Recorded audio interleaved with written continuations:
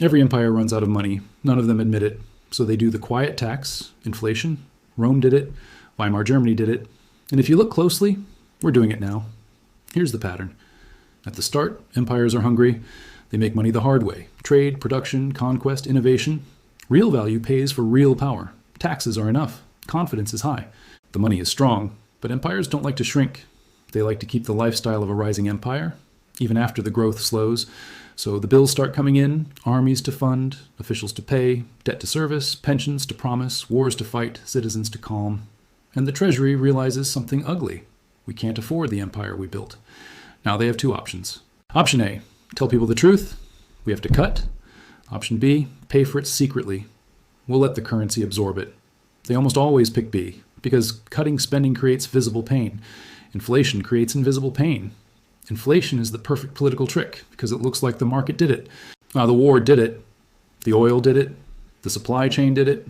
The greedy merchants did it. Anyone but the people who printed the money. But what is inflation really in late empires? It's this: the state deciding to keep its power by lowering the value of what everyone else holds. Let's rewind. Rome. By the 3rd century, Rome wasn't the disciplined republic anymore. It was a giant expensive system. Frontiers to protect, soldiers to pay, corruption to feed. But silver, real money, wasn't flowing like before.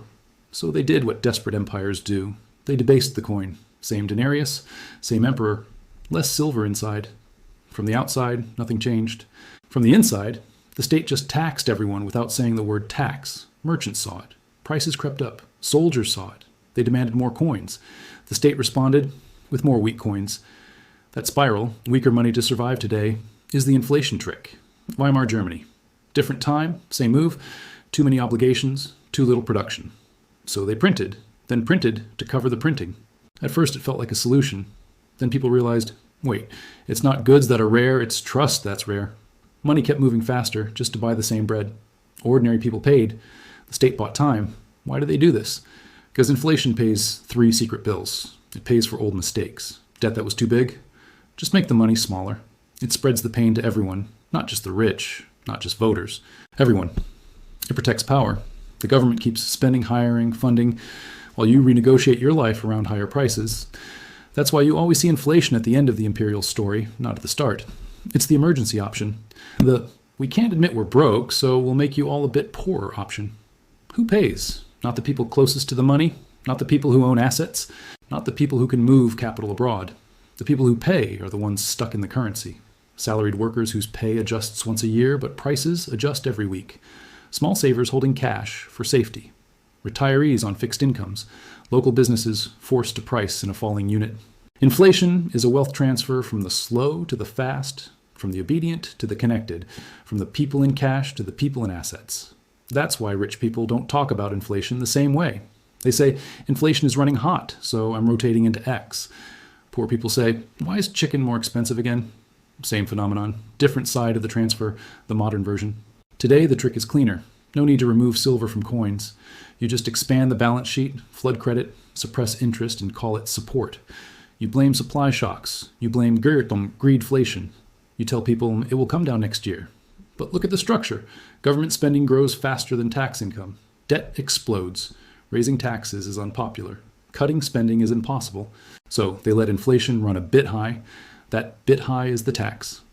Because if prices rise 6% and your wage rises 3%, that 3% difference went somewhere. It didn't vanish. It funded the gap. And then comes the second move.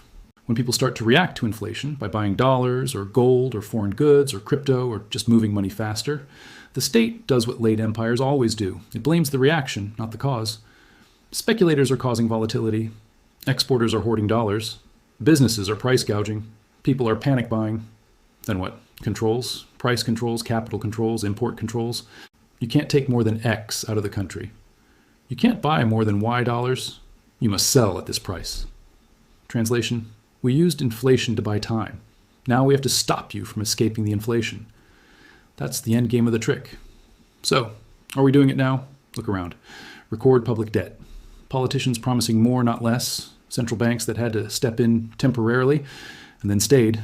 Official inflation numbers that are lower than what people feel. Narratives that blame everything except the money printer. That's late-stage behavior. Strong systems tax and tell the truth. Weak systems inflate and tell stories, the real lesson. Inflation at this phase is not an oops. It's not a random macro event. It's a choice. We would rather quietly reduce the value of your savings than openly reduce the size of the state. Every empire that chose that path got the same result: short-term relief, long-term distrust. Because once people realize the money is being used against them, they start doing what every smart Roman, German, Argentinian, or Turk did in their inflation phase: move to hard assets, move to foreign currency, move to real businesses, move out if they can. They stop playing the hold the depreciating money game. And when enough people stop playing, the empire faces itself in the mirror. It didn't to run out of money, it ran out of trust.